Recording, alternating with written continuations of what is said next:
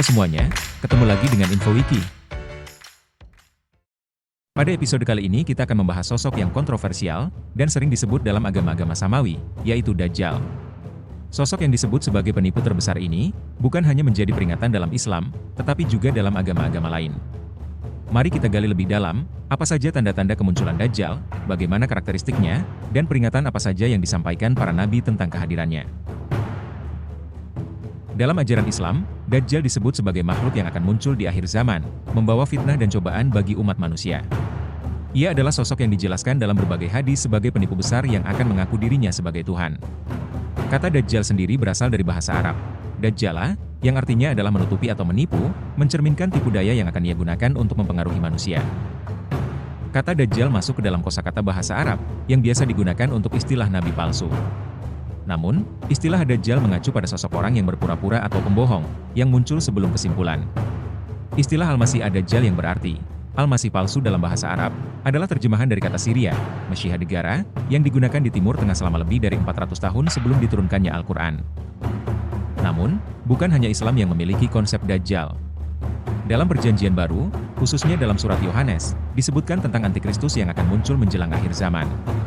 Antikristus ini memiliki kesamaan dengan Dajjal dalam hal sifat, dan niatnya untuk menyesatkan manusia dan menguasai dunia. Antikristus disebutkan akan muncul di tengah masyarakat yang mengalami dekadensi moral dan kehilangan arah spiritual. Dalam ajaran Yahudi, sosok serupa yang muncul di akhir zaman disebut sebagai Armilus, yang dianggap sebagai sosok penipu yang akan memimpin bangsa-bangsa untuk melawan Israel dan Tuhan. Mirip dengan Dajjal dalam Islam, Armilus akan menyesatkan orang-orang melalui tipu daya dan mengaku sebagai penguasa dunia. Menurut kepercayaan kaum salafus saleh, Dajjal adalah anak Adam dan bukan berasal dari jin. Dua ulama kontemporer mengatakan bahwa Dajjal butuh makan dan minum, sehingga ia dapat dibunuh oleh Nabi Isa. Keluarga Dajjal baik ayah, ibu, kakek dan nenek moyangnya adalah penyembah berhala. Ia diperkirakan dilahirkan di Samirah, sebuah negara kecil di Palestina yang kemudian menjadi kota besar pada masa Nabi Daud. Dikisahkan, Dajjal lahir melalui inses atau hubungan sedarah. Akibatnya ia terlahir cacat dan buta pada salah satu matanya. Ayah dan ibu Dajjal menikah selama 30 tahun, hingga akhirnya Dajjal lahir. Sejak kelahirannya, Dajjal benci menyusui dan selalu tertidur. Akibatnya, payudara ibunya mengalami pembengkakan parah, hingga menimbulkan panas yang luar biasa. 2 bulan kemudian, ibunya pun meninggal.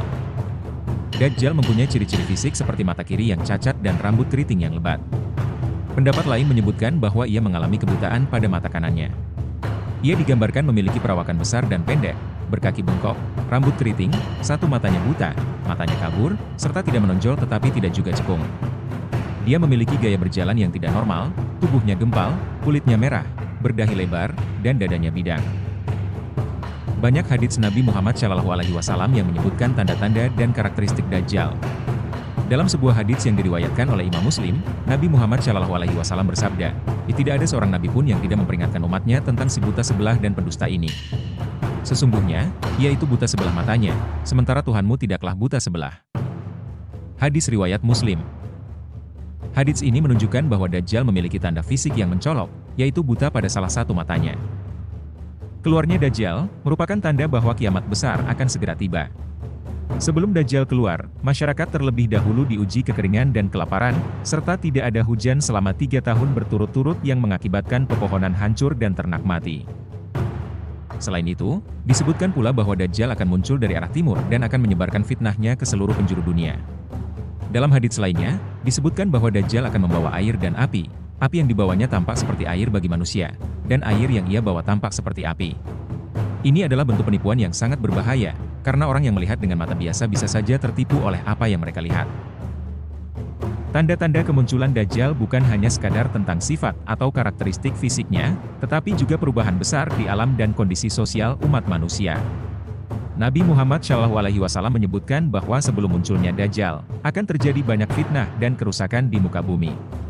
Sebuah hadis menyebutkan, akan datang kepada manusia tahun-tahun penuh tipu daya, pada tahun-tahun itu orang yang jujur didustakan, orang yang dusta dibenarkan.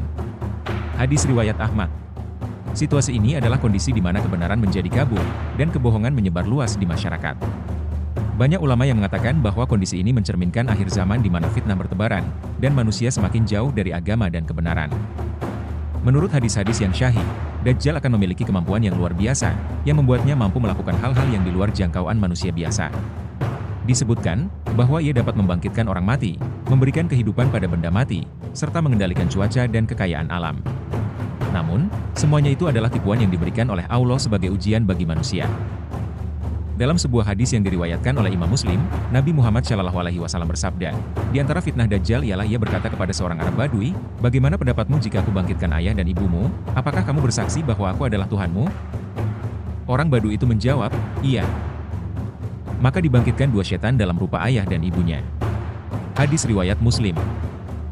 Hadis ini menunjukkan bahwa Dajjal akan menggunakan cara-cara manipulatif untuk mempengaruhi manusia. Dikatakan di dalam hadis, bahwa Dajjal akan memasuki semua negeri dengan membawa kerusakan, kecuali Makkah dan Madinah.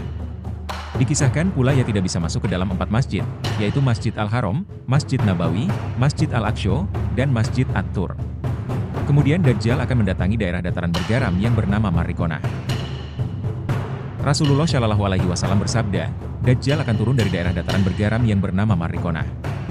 Maka yang banyak mengikutinya adalah para wanita, sampai seorang laki-laki pulang ke rumahnya menemui istrinya, ibu dan anak perempuan, serta saudara perempuan dan bibinya, kemudian mereka ikat karena khawatir, kalau-kalau keluar menemui Dajjal dan mengikutinya.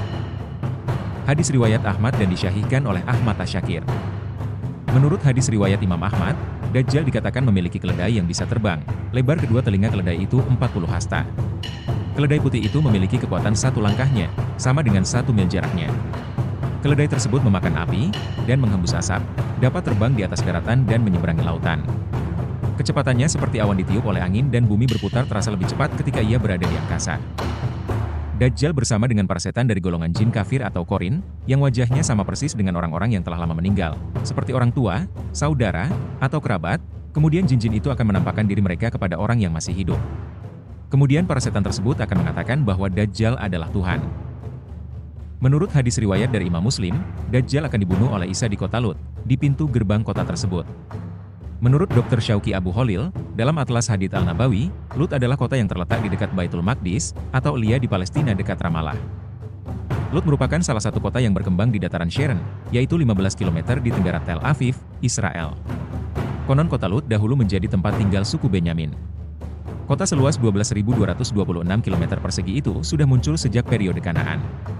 Temuan tembikar di daerah tersebut menunjukkan kota Lut telah eksis sejak 5.600 hingga 5.250 sebelum Masehi. Dalam Islam, salah satu perlindungan terbesar dari fitnah Dajjal adalah membaca surah Al-Kahfi. Rasulullah SAW bersabda, barang siapa yang membaca 10 ayat pertama dari surah Al-Kahfi, ia akan terhindar dari fitnah Dajjal. Hadis riwayat Muslim. Selain itu, memperkuat iman dan keyakinan akan keesaan Allah Subhanahu wa Ta'ala juga menjadi cara utama agar terhindar dari fitnah Dajjal.